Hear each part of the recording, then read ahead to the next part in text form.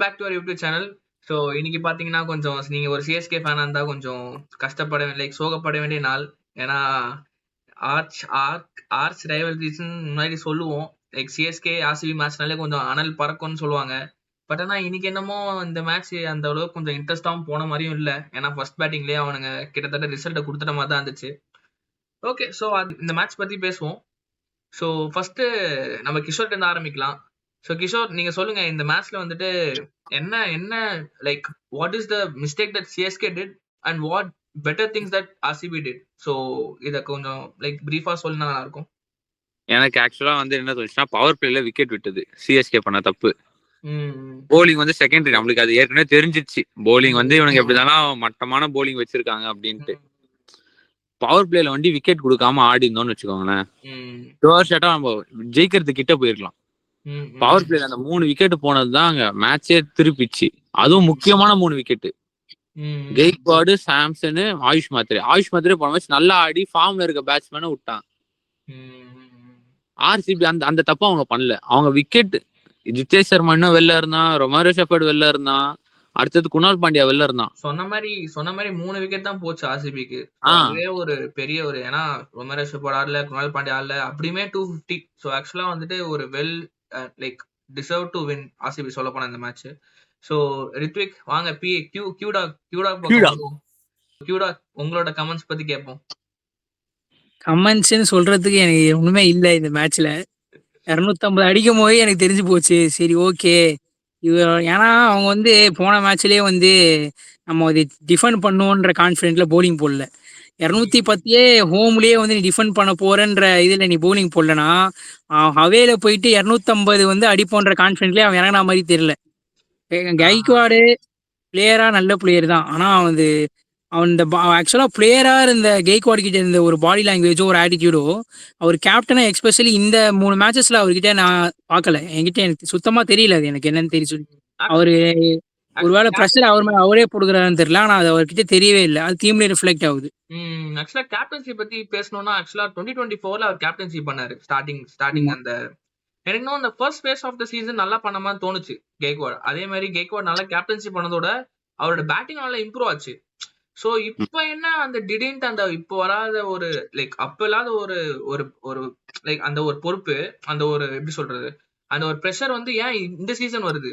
So எனக்கு அதுதான் ஒரு டவுட்டா இருக்கு. ஏன்னா இப்ப தோனி அப்ப இருந்தாரு, ஆனாலுமே இப்ப தோனி இல்லன்னு சொல்லலாம். லைக் ஒரு டீம்ல முழுசாவே தோனி இல்ல, பட் அதனால ஒரு ப்ரெஷர் இருக்குமா கேக்வாடுக்கு?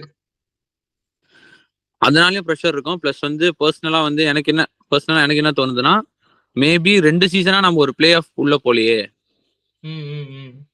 ஒரு டீம் அட்மாஸ்பியரே அது வந்து ஒரு ஃபேன்சைஸி செட் பண்ண அந்த ரேஞ்ச், அது அப்படி அவங்க செட் பண்ணதை வந்து அவங்களால பீட் பண்ண முடியல. அந்த எனக்கு தெரிஞ்சு அதான் எக்ஸ்பெக்டேஷனை பீட் பண்ண முடியல அவங்களால. அந்த ப்ரெஷர் கூட இருக்கலாம் எனக்கு தெரிஞ்சு மேபி ருத்ராஜ் கிட்ட. ஓகே, சோ இப்போ ஆர்சிபி பக்கம் வருவோம். So what about things that RCB did?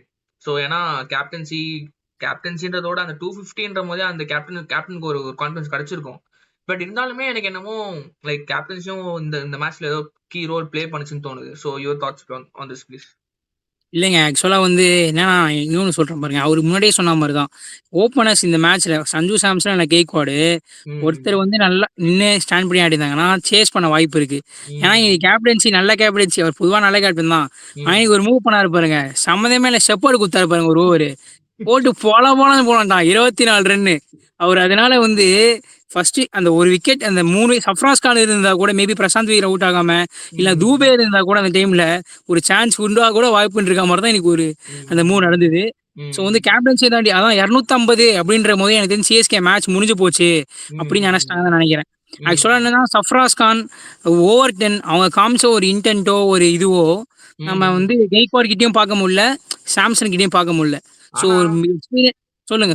அதான், ஆனா சொன்ன மாதிரி அந்த சின்ன பையன் வேற லெவல்யா. ஆனா இந்த மேட்சும் சரி, அவன் அந்த மிடில் ஆர்டர்ன்ற அந்த டெபிசிட் அவன் குறைக்கிறான்னு தோணுது. லைக் முன்னாடி ஆடின இந்த நம்ம சொன்ன மாதிரி இந்த அம்பத்தி ராயுடு, சிஎஸ்கே பாத்தீங்கன்னா எப்பவுமே அந்த மிடில் ஆர்டர்ல பாத்தீங்கன்னா அந்த லைக் பூஸ்ட் பண்ற பிளேயர்ஸா இருப்பாங்க. சுரேஷ் ரெய்னாவா இருக்கட்டும், அம்பத்தி ராயுடுவா இருக்கட்டும். சோ அந்த மாதிரி நான் லைக் எனக்கு இன்னும் லைக் இந்த இப்பதான் ஓப்பனிங் ஆஃப் சீசன்ல போயிட்டு இருக்கு. பட் இருந்தாலுமே எனக்கு என்னமோ போக போக அவர் வந்து அந்த கீ ரோல் பிளே பண்ணுவான்னு தோணுது. சோ இத பத்தி உங்க தாட்ஸ் என்ன? எனக்கு வந்து அவன் 3 மேட்சுமே அவன் மட்டும் தான் எனக்கு தெரிஞ்சு ஆடினான்.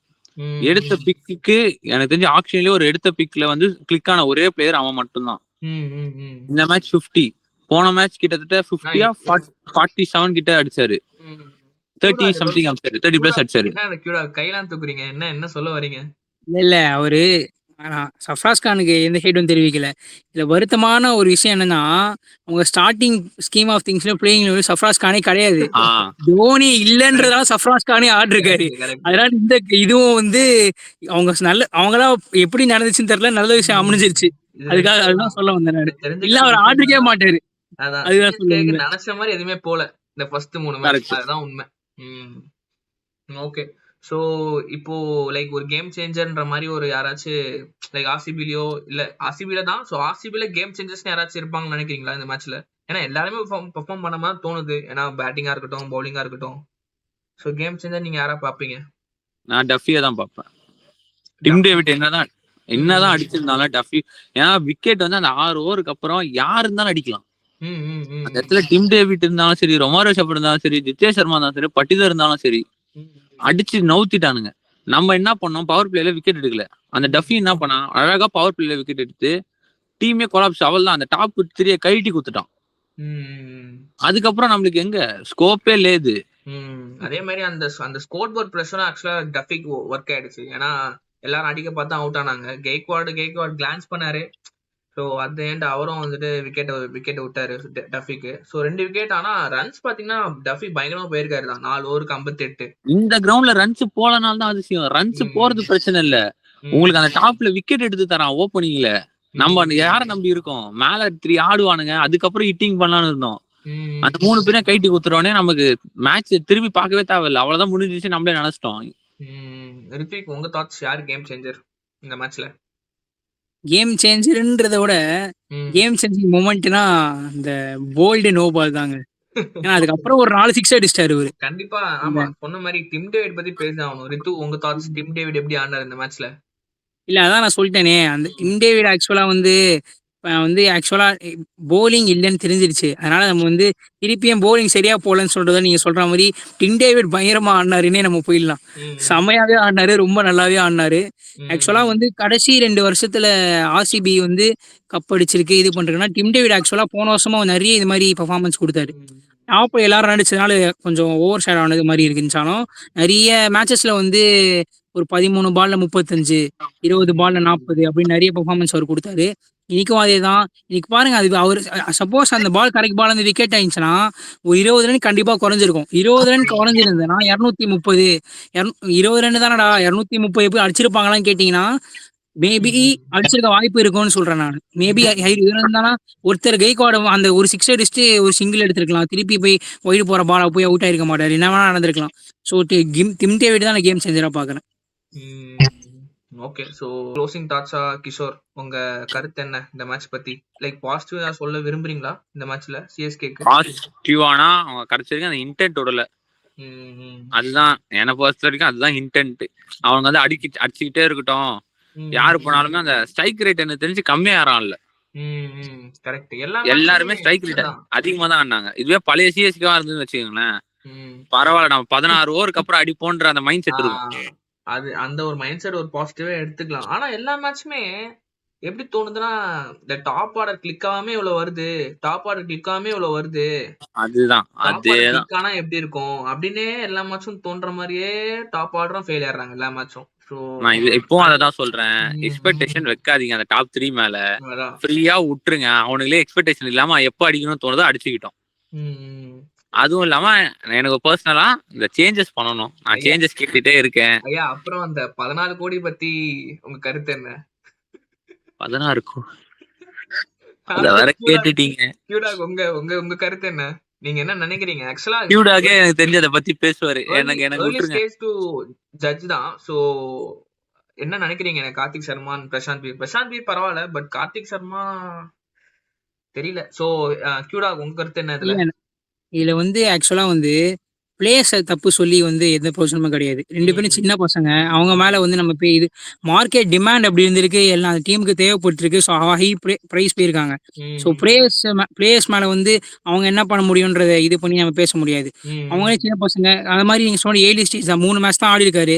ஆக்சுவலி நீங்க பிரசாந்த் வீர் வந்து ஒரு இன்டென்ட் காமிச்சாரு. ஒரு 35 ரன்ஸ் மேல அடிச்சாரு. கடைசியில வந்து ட்ரை பண்ணாரு. கார்த்திக் சர்மாக்கும் நம்ம நல்ல பிளேயர்னு ரெப்புடேஷன் இருக்கு. இதுக்கப்புறம் டைம் கொடுத்து தான் பார்க்கணும். அது என்னன்னா நீங்க சொல்ற மாதிரி என்னதான் இப்ப ஆக்சுவலா கெய்க்வாட் வந்து போய் பேசணுமா பேசிருப்பாரு இல்லையான்னு தெரியல. அவரு போயிட்டு தம்பி நீதான்ப்பா எப்படி இருந்தாலும் நீ ஆடுவ, உன்னை வந்து நாங்க இவ்வளவு இது பண்ணி தான் எடுத்திருக்கோம், 14 கோடி கொடுத்து எடுத்திருக்கோம், அப்பனா பாரு நீ கன்ஃபார்ம் உன்னால ஆட முடியும், அந்த மாதிரி ஒரு கான்பிடன்ஸ் அவர் கொடுத்தாரா, கொடுத்துருக்காங்களா மேனேஜ்மெண்ட்ல இருந்து அப்படின்றது தெரியல. அது அவங்க மேல அது அவங்க மேல ரிஃப்ளெக்ட் ஆகுதோ அப்படின்ற மாதிரி 14 crores percent அதுவும் வந்து பிளேயிங் லெவல் செட் ஆகாதனால நம்ம பிளேயிங் லெவல் இருப்போமா இல்லையான்னு தெரியாம கொஞ்சம் லைக் அந்த ஒரு பதட்டத்தோட ஆடுறான்னு சொல்றீங்க நீங்க. கம்போஜர் பாருங்க இவன் இல்ல நீங்களே நீங்க பாத்தீங்கன்னா அந்த பால் அது எங்கேயோ எந்த பால் என்ன ஷாட் அடிக்க வந்தாரு, எங்க அடிச்சாருன்னு அவருக்கே தெரியல. அடிச்சு திரும்பி இப்படி பாக்குறாரு அவரு. அப்படி அவுட் ஆகும்போது அப்ப என்ன காரணமா இருக்கும் நீங்களே சொல்லுங்க. ஒரு டவுட்டுங்க, இந்த குணால் பாண்டியா கொஞ்சம் பேன் பண்ணி விடுங்க. என்ன பாலியா அதெல்லாம் போட்டது நான் பாக்குறேன். சிவம் டுபேவே ஒரு 6 அடி கிட்ட 6 அடி 5 அங்கலா இருப்பான். அவனுக்கு ஒரு பவுன்சர் அடிக்கிறான். ஆனா கீப்பர் ஜிதேஷ் சர்மா என்னமா கீப்பிங்க இருப்பா. அந்த கலெக்ட் பண்றதுக்குலாம் என்ன இது வேணும். அவன் எப்போ அடிப்பான்னு தெரியாது. அவன் மாதிரி இப்படி வரான். கேதார் ஜாதவ் போடுறாங்க.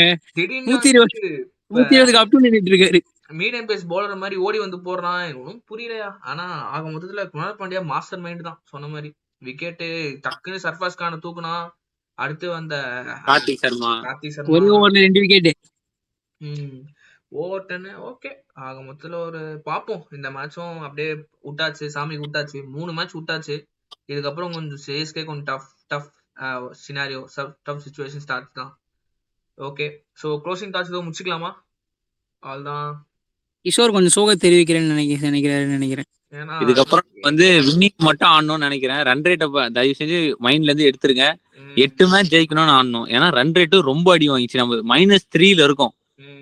ஆர்சிபி அப்படியே +3க்கு கிட்டத்தட்ட இருக்காங்க. சோ நம்ம டேபிள் டாப்புக்கு போயாச்சு இந்த மேட்ச். ஆமா நம்ம வந்து எல்லா மேட்சும் வின் பண்ணோம். 8 மேட்ச் வின்னிங் மைண்ட் செட்ல ஆடணும். அவ்வளவுதான். எனக்கு இன்னும் ஸ்டில் அந்த பிளேயிங் 11 இன்னும் செட் ஆகலன்னு தோணுது. ஏன்னா அந்த பிளேயிங் 11 இத பத்தி உங்க தாட்ஸ் என்ன? இல்லைங்க ஆக்சுவலா வந்து நான் இப்போ கொஞ்சம் பின்னாடி போய் ஒரு விஷயம் சொல்லலான் இருக்கேன்.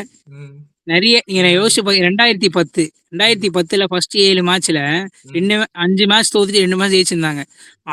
அந்த டைம்ல வந்து பிளேயிங் 11 சேஞ்ச் பண்ணல. எல்லாரும் ஏதோ சொன்னாங்க வெளில இருந்து, இதை மாத்தணும் அதை மாத்தணும் அதை மாத்தணும்னு டோனிக்கு வந்து நிறைய கத்து கொடுத்தாங்க, எல்லாம் பண்ணாங்க. ஆனா அவர் வந்து திருப்பி வந்து கோயிங் வித் த சேம் டீம்னு வந்து வருஷம் கப்பு அடிச்சு எல்லாமே இது பண்ணாங்க. ஏன்னா அவர் வந்து அந்த கான்ஃபிடன்ஸ் பிளேயர்ஸ் கொடுத்தாரு. அவரு அங்க இருந்தது தோனி ஐயா, இங்க இருந்த ஒரு fresh captain.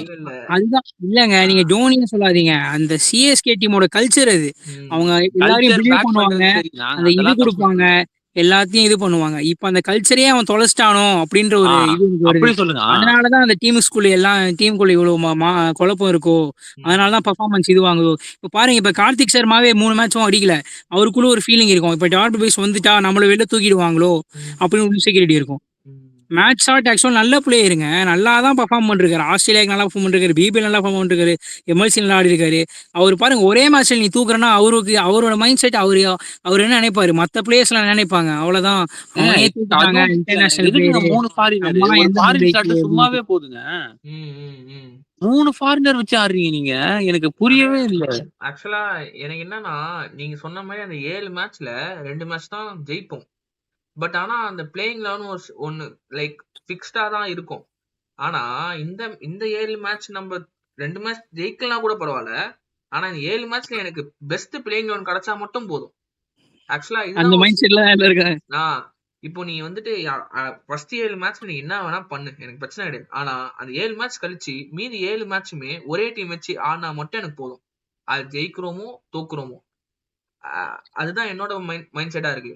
Okay, so thanks Kishore and Rithvik. So இது வந்து ஒரு கஷ்டமான ஒரு சுச்சுவேஷனா இருந்தாலுமே ஆஸ் அ சிஎஸ்கே ஃபேனா நீங்க லைக் நம்மளும் வந்துட்டு எல்லாமே ஜெயிப்போம்னு பார்த்து கட்சியில 3 மேட்ச் தோத்தாச்சு. ஸோ இதுக்கப்புறமும் எப்படி இருந்தாலும் ஃபியூச்சர்ல எப்படி போகுது அப்படின்னு பொறுத்து எப்படி இந்த ஐபிஎல் போகும். ஸோ நெக்ஸ்ட் மேட்சஸ்லாம் வர வர நிறைய மேட்சஸ் ரிவ்யூ பண்ணலாம்னு பிளான்ல இருக்கும். ஸோ அது கொஞ்சம் சப்போர்ட் பண்ணி அப்படியே இதை எடுத்துட்டு போனா நல்லா இருக்கும். ஸோ அப்படியே இதை முடிச்சுக்கலாம். ஸோ தேங்க்ஸ் வியூவர்ஸ் ஃபார் வாட்சிங் this video. So likes and comments and subscribe பண்ணிக்கோங்க. ஸோ ஏன்னா ஃபியூச்சர்ல வந்துட்டு லைக் நீங்க ஒரு கிரிக்கெட் ஃபேனா இருந்தீங்கன்னா இந்த மாதிரி வீடியோஸ்லாம் லைக் நாங்கெல்லாம் போறது பார்த்து கொஞ்சம் மேபி ஒரு சப்போர்ட் கிடைச்சா எங்களுக்கும் நல்லா இருக்கும். Okay, let's see you tomorrow. Bye bye. Bye. Bye bye bye.